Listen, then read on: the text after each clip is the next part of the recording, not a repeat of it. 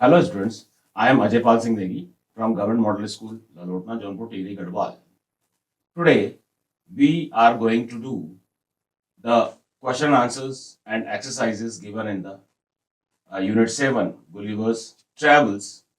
As you know that we have already done a few questions of it, but as this uh, chapter is having many exercises and every exercise is very important for you to understand. As far as grammar is concerned, this chapter is having very good exercises and you must learn them. It will enhance your understanding of grammar and of English language too. So let's begin. This is Unit 7, Gulliver's Travels. Subject English, Unit 7, Gulliver's Travels, written by Jonathan Swift. As you know that this is a travelogue, जिसमें हमारे Gulliver साहब तीन अलग अलग जगहों की यात्राएं करते हैं। इसमें से उसमें से एक यात्रा का वर्णन इस चैप्टर में दिया हुआ है और अब हम करने वाले हैं इसकी एक्सरसाइजेस। तो हम क्या पढ़ने वाले हैं इसमें? तो points to discuss the practices and questions given in the text book. As I told you, first part हमने कर दिया है, ये उसके आगे का सेकंड पार्ट है। एंड जहां पे भी कोई डिफिकल्ट वर्ड होंगे तो definitely we would be discussing them also. So यहां पर आया है complete the following suitably when we compare two things, यानी कंपैरिजन होता है दो चीजों का या ज्यादा चीजों का, या लोगों को हम कंपेयर करते हैं। वी यूज ER और मोर के लिए हम more to the describing words. तो ये जो हमारे जो ये वर्ड्स हैं, actually as you know that we have got 8 parts of speech. 8 parts of speech आपने पढ़ा है। 8 पार्ट्स ऑफ स्पीच की हम बात करना जरूरी समझते हैं यहाँ पर, तब आपको जो है ज़्यादा बेटर अंडरस्टैंडिंग होगी। हमारे पास 8 पार्ट्स ऑफ स्पीच में जो है पहला है noun, then we have got pronoun, third is verb, fourth is adverb, then हमारे पास है एडजेक्टिव। एडजेक्टिव का जो है जब प्रोनाउंसिएशन आप करते हैं, लिखने में डी आता है, but D normally D is silent. Adjective, ADJECTIV, adjective. Preposition, preposition. Conjunction, CONJUNCTION, conjunction, and the 8th one is interjection। अब समझने वाली बात यह है कि जो ये डिग्रीज ऑफ कंपैरिजन हम कर रहे हैं, ये कौन सा इस 8 पार्ट्स ऑफ स्पीच में ये कहाँ पर है? तो यहाँ पर हम डिस्कस कर रहे हैं एडजेक्टिव्स को। तो डिग्रीज ऑफ कंपैरिजन जो है वो एडजेक्टिव का हिस्सा है, ये आपको समझना है, राइट? तो जब हम कोई चीज कंपेयर करते हैं तो हम कंपैरिजन किस में करते हैं? अगर हम केवल अपने बारे में बोल रहे हैं, जैसे सपोज हमने कहा कि एक लड़की है, वो खूबसूरत है, तो सपोज का नाम रोजी है, तो रोजी इज अ ब्यूटीफुल गर्ल। लेकिन अगर जो है दो लड़कियां हैं, सपोज एक वन इज रोजी और दूसरी है सपोज मारिया, राइट? तो रोजी और मारिया में अगर हमें ये बोलना है कि जो है कि मारिया जो है ज्यादा खूबसूरत है, तो हम यहाँ पे फिर हम ये बोलेंगे कि पहले तो रोजी, तो हमने कहा था कि रोजी इज ब्यूटीफुल, लेकिन हमने बोलना है कि मारिया जो है रोजी से ज्यादा खूबसूरत है, तो हम यहाँ पे जो है इसके लिए बोल देंगे मोर ब्यूटीफुल। तो हमने क्या शब्द का इस्तेमाल किया? मोर का इस्तेमाल किया कि Maria is more beautiful then रोजी। कंपैरिजन हो गया मारिया और रोजी का, राइट? और अगर हमें ज्यादा लड़कियां हैं पूरी क्लास में और मारिया उसमें सबसे ज्यादा खूबसूरत है, तो हम यहाँ पे मोर की जगह पे यूज करते हैं मोस्ट। क्या यूज करते हैं?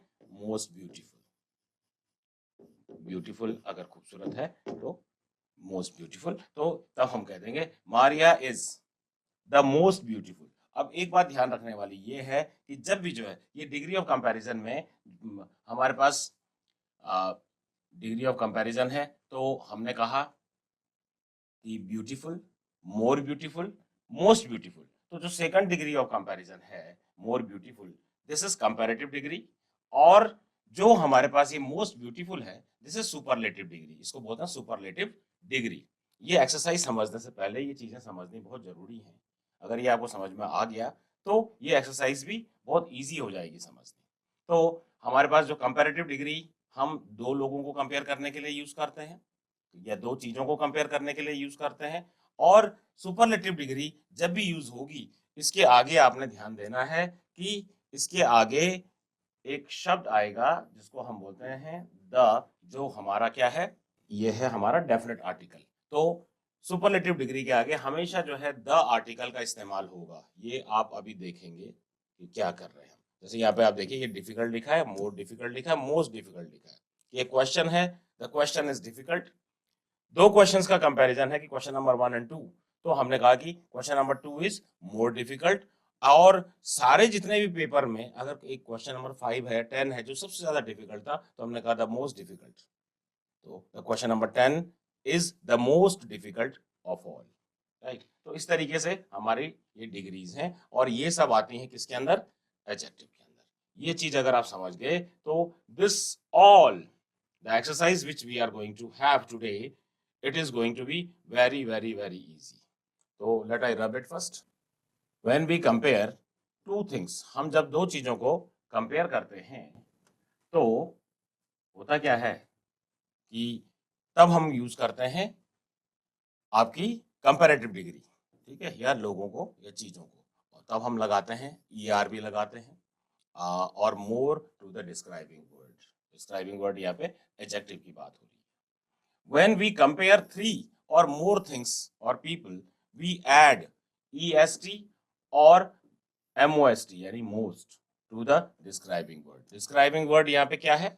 This जब हम बात कर रहे हैं describing word की, this describing word, describing means जो क्या बता रहा है, क्वालिटी बता रहा है। तो क्वालिटी कौन बता रहा है? डिस्क्राइबिंग वर्ड क्या हो जाएगा? Describing word would be your adjective, ठीक है। तो आपको ये ध्यान रखना है। और ये एडजेक्टिव की जब हम बात कर रहे हैं तो हम डिग्री ऑफ कंपैरिजन की बात कर रहे हैं। Degree of comparison is the part of adjective, describing word जो क्वालिटी बताते हैं। तो look at the following examples. कुछ एग्जांपल्स यहाँ देके रखे हुए हैं। When first two are compared and when all three are compared. तो पहले क्या किया है कि पहले जो है दो को कंपेयर किया है और फिर सबको, मतलब तीन या तीन से ज्यादा को कंपेयर किया है।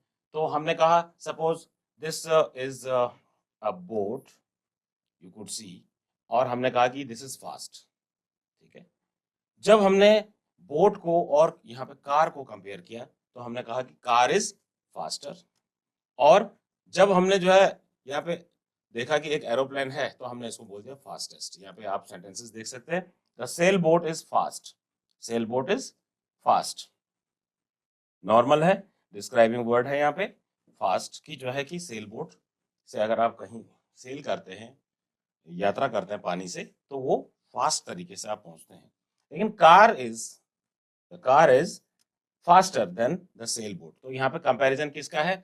केवल दो चीजों का है। और ये दो चीजें कौन कौन सी हैं? एक हमारी कार है और दूसरी चीज सेल बोट है। तो इन दो के कंपैरिजन में हमने कह दिया फास्टर। और aeroplane is the fastest of all. इन अगर हम इन तीनों को कंपेयर करें तो जो हमारा एरोप्लेन है वो फास्टेस्ट है। और कुछ और भी चीज है जो एरोप्लेन से भी फास्ट हो सकती है। जो स्पेस में हम जाते हैं तो उसकी स्पीड एरोप्लेन से भी ज्यादा होती है। जो सैटेलाइट्स वगैरह जो है जो जाते हैं, जिनको रॉकेट लेके जाता है, तो the speed of rocket is the fastest. अगर हम यहाँ पे सबकी कंपैरिजन कर रहे हैं कि जो है कि फास्टेस्ट स्पीड कौन सी है, राइट। तो यहाँ पे आई होप कि जो है कि this much of explanation is comfortable with you, आपको समझ में आया होगा जो हम बात कर रहे हैं, जो हम बताना चाह रहे हैं। तो हम बात कर रहे हैं यहाँ पे किसकी? एडजेक्टिव की। आपको ये बात समझ में आनी चाहिए। एंड इनको हम डिस्क्राइबिंग वर्ड भी बोलते हैं क्योंकि ये क्वालिटी बताते हैं। तो क्वालिटी, किसी भी चीज की क्वालिटी हो सकती है, वो स्पीड कैसी थी, फास्ट थी, है ना। अ, अ, लड़की कैसी थी, खूबसूरत थी। लड़का कैसा था, हैंडसम था। Handsome, more handsome, the most handsome, है ना। क्वेश्चन कैसा था, डिफिकल्ट था, या दो क्वेश्चंस के कंपैरिजन में मोर डिफिकल्ट था, या सारे पेपर के कंपैरिजन में मोस्ट डिफिकल्ट था। तो इस तरीके से हमारी comparative degree and superlative degree. Superlative degree के आगे क्या लगता है, हमेशा द का इस्तेमाल होगा, आर्टिकल द का इस्तेमाल होगा, ये आप ध्यान रखेंगे। यहाँ पे भी देखिए आर्टिकल द का इस्तेमाल हुआ है। अगर आपको एक बात समझ में आ गई तो आगे बढ़ते हैं। तो यहाँ पे कुछ और सेंटेंसेस हैं। Hitting a target is difficult, right, कि एक टारगेट को हिट करना, कहीं पे भी कोई टारगेट है, कोई लक्ष्य है, लक्ष्य का भेदन वो मुश्किल होता है, डिफिकल्ट होता है ना। Juggling caps is more difficult than hitting a target. तो ये टारगेट है, इस टारगेट को अगर आप यहाँ पे हिट करते हैं तो टारगेट में हिट करना होता है यहाँ पर, इस लक्ष्य का जो भेदन होता है। तो ये कह रहा है पहले सेंटेंस में कि टारगेट को हिट करना डिफिकल्ट होता है, राइट, क्योंकि जब आप मारेंगे तो हो सकता है कि पहले तो वो इस गोले के अंदर ही न जाए, और इस गोले के अंदर चला भी गया तो वो यहाँ लग सकता है, यहाँ लग सकता है, लेकिन यहाँ जो बीच वाला जो पोर्शन है, this is difficult. But juggling caps, देखिए यहाँ पे ये क्या कर रहा है, जगलर है ये, जगलर, और ये क्या कर रहा है, कैप्स को या बॉल्स को भी जगल करते हैं, स्टिक्स को करते हैं, अलग अलग चीजों को जगल किया जा सकता है। तो juggling caps is more difficult than hitting a target. Target को हिट करना तो ठीक है, एक आपने टारगेट पकड़ा और उसके ऊपर निशाना लगा के आपने मारा, लेकिन कैप्स को एक साथ देखिए कितनी टोपियां हैं, ये पांच टोपियां नजर आ रही हैं देखिए, और उनको जो है एक साथ घुमाना, तो कितना ज्यादा कंसंट्रेशन चाहिए। तो यहाँ पे हमने कह दिया मोर डिफिकल्ट, क्या कर दिया, मोर डिफिकल्ट। मोर डिफिकल्ट किसके लिए, कि अगर हम कंपैरिजन कर रहे हैं हिटिंग द टारगेट और जगलिंग कैप्स में, दो चीजों का, पहली चीज ये और दूसरी चीज ये, अगर दो चीजों का अगर हम कंपैरिजन कर रहे हैं इन दो के बीच में, तो हमने लगाया मोर डिफिकल्ट। क्या बोला हमने, मोर डिफिकल्ट बोला।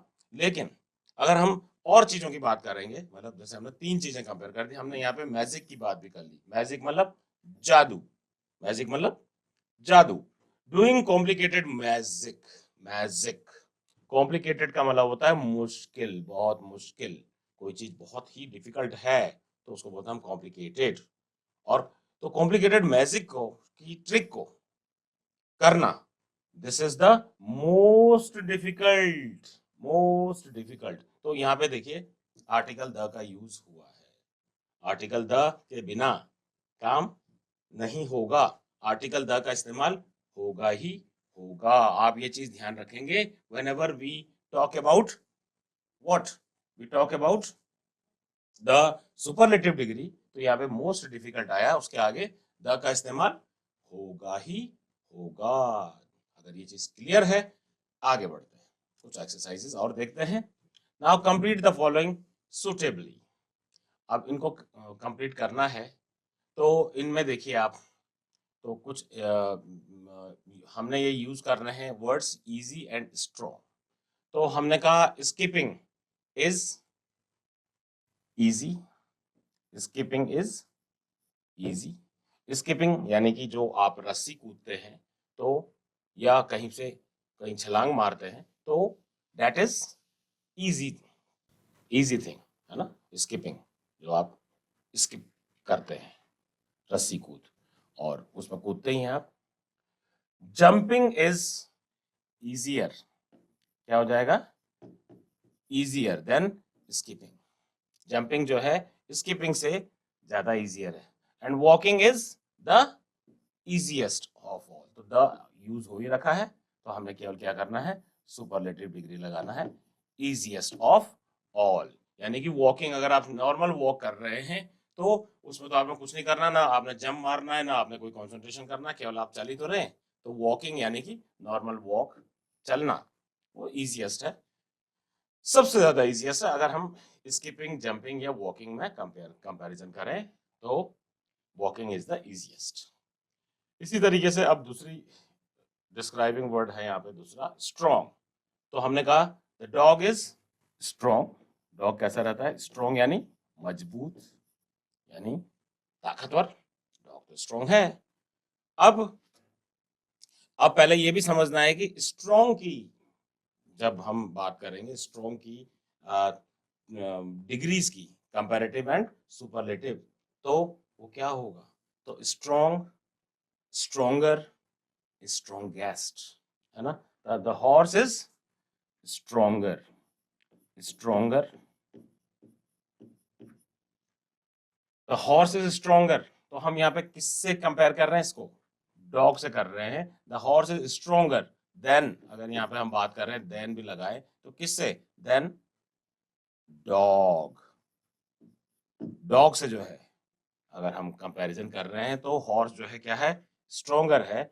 और एलिफेंट अगर इसमें आ गया, डॉग, हॉर्स और एलिफेंट में अगर तीन चीजों को अगर हम कंपैरिजन कर रहे हैं तो strong, stronger, strongest. The elephant is, अब यहाँ पे देखिए द नहीं लिखा हुआ है तो हम क्या करेंगे? द का इस्तेमाल करेंगे। This is very important superlative degree में। The elephant is the strongest, strongest of all बोले, या हम क्योंकि जो है यहाँ पे तीन जानवर हैं, डॉग, हॉर्स एंड एलिफेंट, तो उनमें एलिफेंट इज द स्ट्रॉन्गेस्ट। हम कंपैरिजन कर रहे हैं dog and horse, right? Clear? तो यहाँ पे ये चीज समझनी है कि कहाँ पे मोर और मोस्ट लगेगा। तो easy, easier, easiest, strong, stronger, strongest. तो इनमें तो इससे चल जाएगा ई आर और ई एस टी लगा करके। जहां पे ऐसा नहीं होगा, जैसे ब्यूटीफुल में नहीं था, तो ब्यूटीफुल में मोर ब्यूटीफुल, मोस्ट ब्यूटीफुल होता है। डिफिकल्ट में वही मोर डिफिकल्ट, मोस्ट डिफिकल्ट होता है। तो ये समझना बहुत जरूरी है कि हम जो ये कर रहे हैं, जो डिग्रीज चेंज कर रहे हैं, उसकी डिग्री ऑफ कंपैरिजन और सुपरलेटिव डिग्री क्या है, राइट? आगे बढ़ते हैं। Now complete the following in the same way. अब यहाँ पे जो है डिस्क्राइबिंग वर्ड है हमारे पास जूसी है और एक्साइटिंग है। तो एप्पल कैसा फ्रूट है? Apple is juicy, juicy, JUICY। Apple क्या है? जूसी है। अब पहले वही डिग्रीज, जूसी, जूसियर, जूसीएस्ट होगा, या मोर जूसी और मोस्ट जूसी होगा। तो Apple is juicy and orange is juicier and sugar cane, यानी कि शुगर कैन का मतलब आप समझते हैं गन्ना, sugar cane is the juiciest, sugar cane is the juiciest, यानी कि इनके एप्पल और ऑरेंज के कंपैरिजन में शुगर कैन जो है सबसे ज्यादा जूसीएस्ट होता है, यानी कि सबसे ज्यादा जूस उसमें होता ही है। आपने जो है गन्ने का जूस पिया होगा, एप्पल और ऑरेंज में इतना जूस नहीं निकलता जितना कि गन्ने में निकलता है। तो sugar cane is the juiciest. The लगाना ना भूलें सुपरलेटिव डिग्री में। This is what I mean to say. Now rock climbing is exciting. तो रॉक क्लाइंबिंग यानी कि जब आप पहाड़ में चढ़ते हैं, अब जो लोग पहाड़ों में रहते हैं उनके लिए तो ये कोई एक्साइटिंग नहीं है, उनके लिए तो जो है डेली का काम है पहाड़ में चढ़ना उतरना। कई लोगों की छानियाँ या कई लोगों के जो गौशालाएं हैं वो पहाड़ों में ही रहते हैं, है ना? तो आप लोगों के लिए तो रॉक क्लाइंबिंग एक नॉर्मल सी चीज है। एक माउंटेन क्लाइंबिंग है, एक रॉक क्लाइंबिंग है। तो रॉक क्लाइंबिंग की बात हो रही है यहाँ पर, जब आप पहाड़ में भी जो है बिल्कुल खड़ी उसमें चढ़ते हैं। लेकिन जो पहाड़ का आदमी है उसके लिए तो नॉर्मल है, लेकिन जो बाहर का है, जो प्लेन में रहता है या समुद्र किनारे रहने वाले लोग हैं, कभी कभी माउंटेन घूमने के लिए आएंगे, तो रॉक क्लाइंबिंग उनके लिए तो एक्साइटिंग होगा, एडवेंचरस होगा, है ना?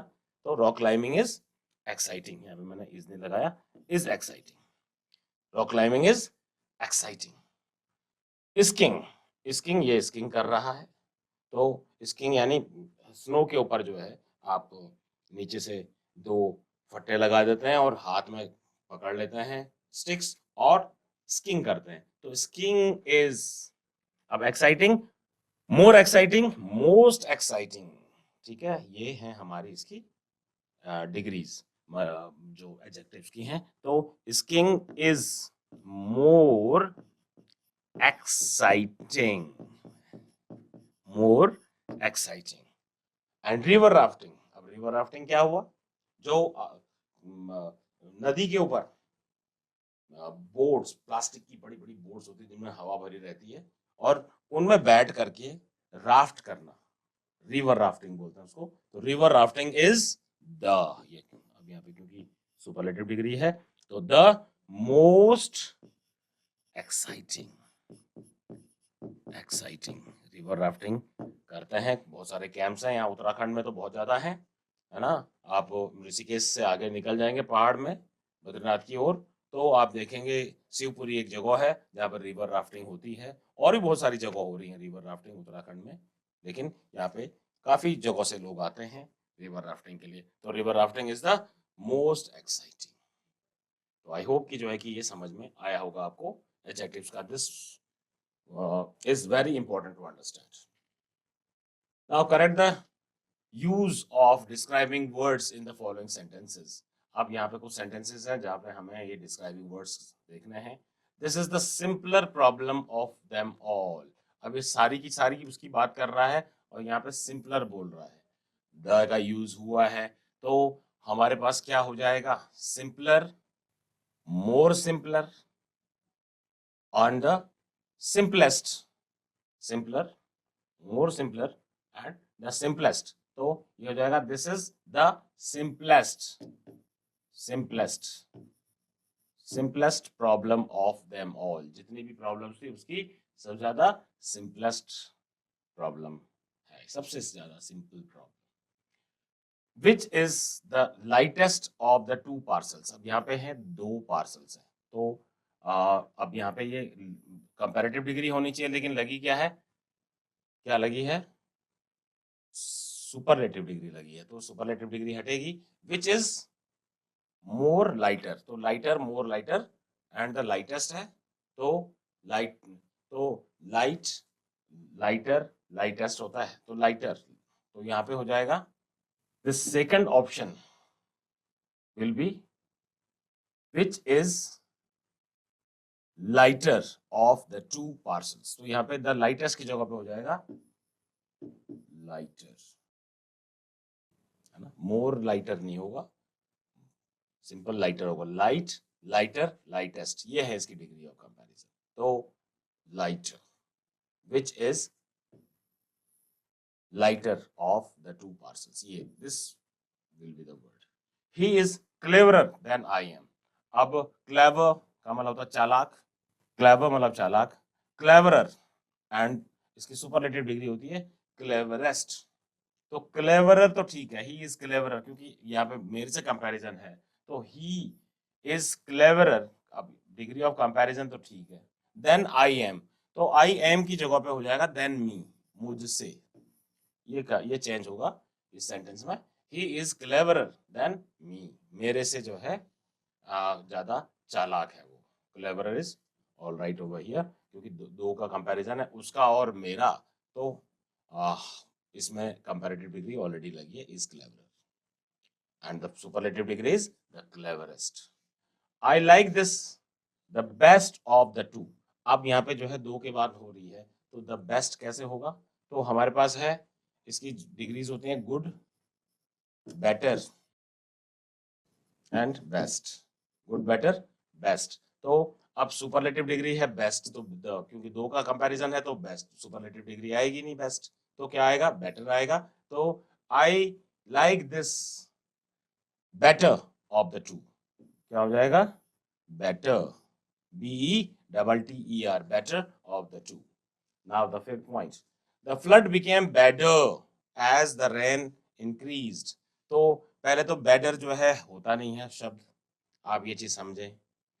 हमारे पास है bad यानी बुरा, worse and worst, ये है इनकी डिग्री ऑफ कंपैरिजन, ठीक है। तो जैसे गुड का है गुड, बेटर, बेस्ट, इसी तरीके से बैड, वर्स एंड वर्स्ट।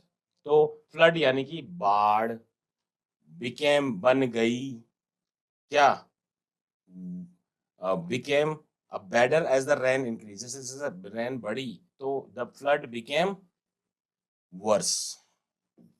हम यहाँ पे रेन की और उसकी बात कर रहे हैं, तो ये आएगा WORSE, worse. The flood became worse as the rain increased. जैसे जैसे बारिश बढ़ी तो flood worse होता चला गया, है ना. Better is not a word, right? तो I hope कि ये आपको समझ आया होगा. तो ये थे हमारे एडजेक्टिव्स को समझने को लेकर के एक्सरसाइजेस. अब आगे बढ़े. तो प्यारे बच्चों, आगे देखते हैं. अभी हमने किया था आपके एडजेक्टिव्स के एक्सरसाइजेस यानी डिस्क्राइबिंग वर्ड्स के. अब हम कर रहे हैं पंचुएशन को लेकर के एक्सरसाइज. पंचुएशन में आप देखिए कि क्या एक एक्सरसाइज आपके देके रखी हुई है कि punctuate the following sentences using capital letters, full stops, commas, question marks, exclamation mark wherever necessary. अब आप देखिए कि ये आपको देके रखा हुआ है एक टेक्स्ट कि dear Sameer, I am sending you a photograph of my newest pet Frisky is a bulldog and a very playful puppy. By the next summer he should. अब ये कुछ चीज क्लियर नहीं हो रही है कि ये लिखा हुआ क्या है. There is no comparison, means the understanding part is nothing. अगर हम जो है ये नहीं देखेंगे कि कहाँ पे हमारा फुल स्टॉप लगना है, कैपिटल लेटर्स कहाँ लगने हैं, तो वो मीनिंगफुल नहीं रह जाता है. तो मीनिंगफुल बनाने के लिए हमें देखना पड़ेगा कि हमें करना क्या है. जब कोई चीज स्टार्ट होती है तो क्या रहता है, इट शुड बी कैपिटल. तो डियर, और यहाँ पे समीर है तो समीर एस बड़ा हो जाएगा. आई हमेशा, ये एक बहुत इंपॉर्टेंट चीज है, आप समझिए इसको. मैं स्टार लगा रहा हूं. आई जब भी जो है आप आई लिखेंगे, आई जिसका मतलब होता है मैं, तो आई जो है हमेशा कैपिटल लिखा जाता है. आई एम, चाहे आई सेंटेंस के स्टार्टिंग में आए, बीच में आए या लास्ट में आए, जहां पर भी आप आई जिसका मतलब होता है मैं, तो आई हमेशा कैपिटल लिखा जाएगा. तो वैसे मैंने इसको सॉल्व करके रखा हुआ है. नेक्स्ट स्लाइड हम देखेंगे जहां पे इसका सोल्यूशन है. लेकिन आप देखिए कि जो है कि अगर हम इसको पढ़ेंगे नॉर्मली तो कहीं पे भी हमें क्लियर नहीं हो पा रहा है कि इसका मीनिंग क्या है. आप खुद भी पढ़ेंगे अगर पंक्चुएशन नहीं है तो. Full stop, comma, capital letter, है ना. कहीं पे अगर एक्सक्लेमेशन है तो एक्सक्लेमेशन मार्क, ये तो आपको पता ही है, हमने डिस्कस किए हैं पहले. लेकिन लगाना कैसे है ये समझना बहुत जरूरी है. और जब भी नाम होगा, जैसे यहाँ समीर है या संजू का है एस, तो ये कैपिटल होगा. कहाँ कहाँ पे कैसे होगा, लेट्स सी. अब देखिए आप, यहाँ पे मैंने ये सॉल्व करके रखा हुआ है. डियर का डी कैपिटल है, समीर का एस कैपिटल है, यहाँ पर कोमा है. I am sending, I capital है. I am sending you a photograph of my newest pet. Pet का मतलब होता है क्या, पालतू. तो I am sending you a photograph of my newest pet. मेरा जो न्यूएस्ट पेट है उसका मैं फोटोग्राफ भेज रहा हूँ. Frisky is a bulldog. Frisky क्या है, एक बुलडॉग है. और वेरी प्लेफुल पपी है. और कैसा है वो, बुलडॉग है और पपी है, अभी छोटा बेबी है डॉग का, बुलडॉग प्रजाति का. उसका नाम रखा है फ्रिस्की. तो फ्रिस्की एफ कैपिटल हो गया, राइट. यहाँ फुल स्टॉप के बाद जब पहला लेटर भी कैपिटल होता है, किसी का नाम है वो भी कैपिटल होगा. And is a very playful puppy, full stop हो गया. अब बाई, अब देखिए फुल स्टॉप यहाँ पर है तो क्योंकि अब सेंटेंस चेंज हो रहा है तो हमने यूज किया बी. तो B is capital over here. By next summer, यानी कि अगले समर तक. ही शुड बी, ही यहाँ पे किसके लिए यूज हो रखा है, फ्रिस्की के लिए यानी पपी के लिए जो कि मेल है. He should be old enough, वो इतना बड़ा हो जाएगा to go with us on our long walks. हमारी लॉन्ग वॉक्स, जो हम लंबी लंबी वॉक्स करते हैं उसमें हमारे साथ भी घूमने जाया करेगा क्योंकि पपी बड़ा हो जाएगा. एंड आई एम श्योर, अब यहाँ पे आप देखेंगे कि पिछली स्लाइड में आई एम इस तरीके से था, आई और एम लिखा हुआ था. आई एम ऐसा नहीं होगा, इसमें हम एपोस्ट्रोफी लगा करके हमने इसको बना दिया आई एम. ये एपोस्ट्रोफी लगा है और इससे ये बन गया आई एम, यानी मैं, है ना. Am sure you are looking forward to seeing him, कि मैं इस बात का जो है मुझे भरोसा है कि आप भी जो है उससे मिलने के इच्छुक होंगे, है ना. Seeing him full stop. अब यहाँ पे क्या लग गया, full stop. I know you will, यहाँ पे विल को हम जो है ईल पढ़ लेते हैं, एपोस्ट्रोफी लगा करके हमने इसको ईल बना दिया. यू विल लाइक हिम, कि आप उसको पसंद करेंगे. Warm regards and comma and then Sanju का S capital. So this is how the punctuation is done. I hope that this is clear. Let's move forward. Now some sentences are given over here. Punctuate the following sentences. तो यहाँ पे इनको punctuation देखना है, इनमें क्या है। पहले तो आप ये देख लीजिए कि जब भी जो है कोई सेंटेंस स्टार्ट होगा तो ये जो मोटा मोटा है वो हमेशा जो है क्या होगा, वो कैपिटल लेटर से स्टार्ट होगा। एक तो ये देखना है। बाकी जहां पे सेंटेंस कंप्लीट होगा वहां पे या तो फुल स्टॉप होगा या क्वेश्चन मार्क होगा, है ना। तो इस तरीके से हम सेंटेंसेस को देखेंगे। तो ये 6 सेंटेंसेस है, देखते हैं इनको कैसे करना है। तो यहाँ पे देखिए आप, जैसा पहला सेंटेंस है, next Wednesday my sister Meeta is going to join the State Bank of India. ये था पहला सेंटेंस। इसका सॉल्यूशन ये देखिए कि नेक्स्ट का जो है एन कैपिटल है, वेडनेसडे का जो है क्योंकि ये नेम है किसका, वीक डेज का, तो डब्ल्यू कैपिटल है, फिर यहाँ पे आ जाएगा कोमा, नेक्स्ट वेडनेसडे, राइट। यहाँ पे कोमा आ गया। माय सिस्टर मीता, मीता नाम है तो कैपिटल हो जाएगा उसका letter. My sister Meeta is going to join the State Bank of India. State Bank of India, तो ये तीनों के तीनों क्या हो जाएंगे, कैपिटल हो जाएंगे। तो पंचुएशन इस हिसाब से होगा कि आपको ये कैपिटल बनाने पड़ेंगे। आई होप कि जो है कि ये यहाँ से क्लियर हो पा रहा होगा। सेकंड सेंटेंस देखिए, the dog wags its tail, कुत्ता अपनी पूंछ हिलाता है, wags its tail when it's pleased, but a cat waves its tail when it's angry. अब देखिए इट्स का यहाँ पे बहुत गड़बड़ कर रखा है। पहले तो जो है ये कैपिटल हो गया, पहले भी हमने डिस्कस किया था। टेल, तो यहाँ पे इट्स है, इट्स टेल, और यहाँ पे है इट्स प्लीज्ड। तो यहाँ पे देखिए यहाँ पे एपोस्ट्रोफी है। एक्चुअल में क्या है कि हमने कहा कुत्ता अपनी पूंछ हिलाता है, when it's, जब यहाँ पे एपोस्ट्रोफी है तो ये एपोस्ट्रोफी का मतलब यहाँ पे ये है कि ये it is का शॉर्ट फॉर्म है, it is pleased, but a cat waves its tail when it's, यानी it is angry। तो यहाँ पे ये is है तो वहां पे हमने it's करना है, और ये वाला it's का मतलब यानी कि the dog wags its tail, तो अपनी टेल हिलाता है। तो यहाँ पे it's नॉर्मल डॉग के लिए यूज हो रखा है, और यहाँ पे इट इज के जो है हमने शॉर्ट फॉर्म कर रखा है, इसका एक्रोनिम है, यानी शॉर्ट फॉर्म है इट्स, यहाँ पर भी और यहाँ पर भी, जो कैट के लिए यूज हुआ है। क्लियर है। और लास्ट में फुल स्टॉप, फुल स्टॉप का ध्यान रखेंगे। हिंदी में तो जो है इस तरीके से चलता है, लेकिन इंग्लिश का जो है फुल स्टॉप एक डॉट होता है। Simple, simple dot is the full stop in English.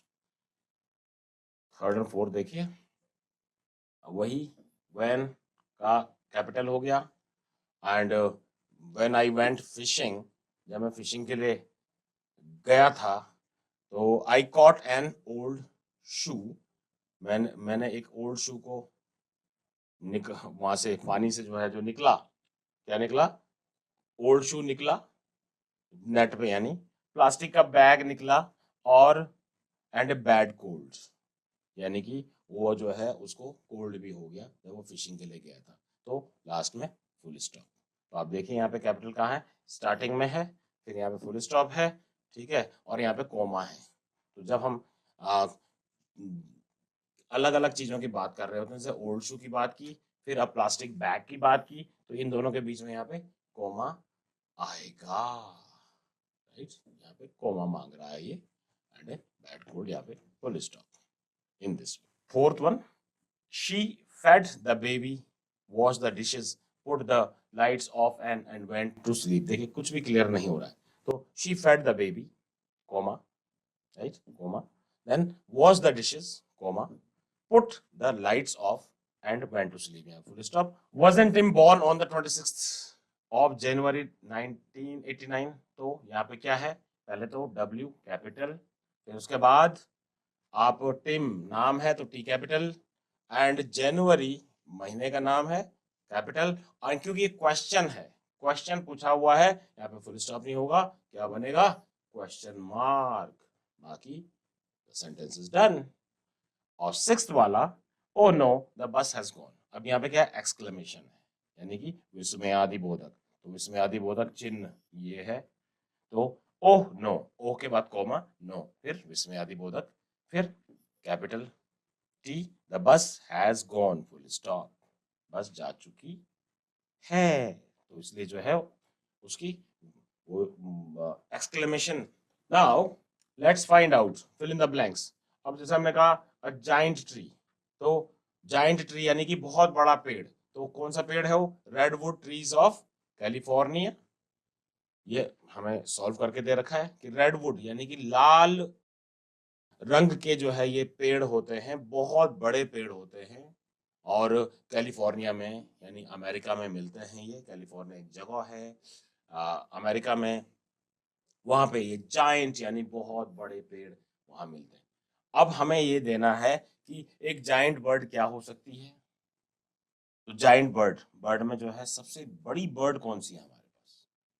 आपने देखी होगी, अगर आप जू गए होंगे तो वहां पे एक बर्ड होती है जिसको बोलते हैं हम ऑस्ट्रिच। क्या बोलते हैं? ऑस्ट्रिच। ऑस्ट्रिच बोलते हैं। तो ऑस्ट्रिच का मतलब है शुतुरमुर्ग, बहुत बड़ी बर्ड होती है। जायंट लैंड एनिमल, तो ये क्या हो सकता है? एलिफेंट हो सकता है। जायंट मतलब बहुत बड़ा, एलिफेंट हो सकता है। जायंट वाटर क्रिएचर, तो बहुत बड़ा वाटर क्रिएचर क्या हो सकता है? व्हेल हो सकती है। वाटर का क्रिएचर यानी पानी के अंदर रहने वाला जीव, तो बहुत बड़ा ब्लू व्हेल जिसे हम बोलते हैं। जायंट रेप्टाइल, रेप्टाइल यानी जो ये पानी में भी रहते हैं और आपके लैंड में भी रहने वाले, वो तो एम्फीबियन होते हैं, लेकिन रेप्टाइल की जो प्रजाति है जो आपका मगरमच्छ है जैसे, तो जायंट रेप्टाइल हो सकता है। रेप्टाइल क्या? Crocodile. And a giant aeroplane, एक आता आपका जो है जिसमें जो है लोग आ, बैठ करके जाते हैं इधर से उधर। आपने देखा होगा बहुत सारे उसमें बिजनेस क्लास एंड उसमें इकोनॉमी क्लास, दो तरीके की क्लासेस होती हैं और काफी लोग उसमें बैठ के जाते हैं। तो बोइंग 737 और इस तरीके के नाम रहते हैं बोइंग के। तो ये जाइंट एरोप्लेन है। आजकल ड्रीम लाइनर और पता नहीं क्या क्या चला हुआ है। तो जाइंट एरोप्लेन, इसके आंसर्स मैंने आपके आ, लिख दिए थे। तो बोइंग 787 ड्रीम लाइनर, ठीक है। बाकी दीज आर द आंसर्स। और आपको लगता है कि जो है कि और भी कोई चीज बड़ी हो सकती है, आप अपने हिसाब से अपने आंसर्स लिख सकते हैं। So the points which we discussed in it are the practices and the questions given in the textbook. So this was the second exercise of the chapter Gulliver's Travels. And the difficult words जहां पे भी समझाए जा सकते थे, मैंने कोशिश करी आपको समझाने की, राइट? तो प्यारे बच्चों, ये थी गुलिवर्स ट्रेवल्स की एक्सरसाइजेस और बहुत अच्छी एक्सरसाइजेस हैं। मैंने अपनी तरफ से कोशिश की है आपको समझाने की, एंड मैं उम्मीद करता हूं कि आप एक बार नहीं, बार बार इनको देख करके चीजों को समझने की कोशिश करेंगे। और जहां पे ना आए, आप केवल वीडियो को दोबारा प्ले कीजिए। जब भी जो है you get the opportunity to watch, just watch it and you will understand that how it is done. So that's all from my side. Thank you very much.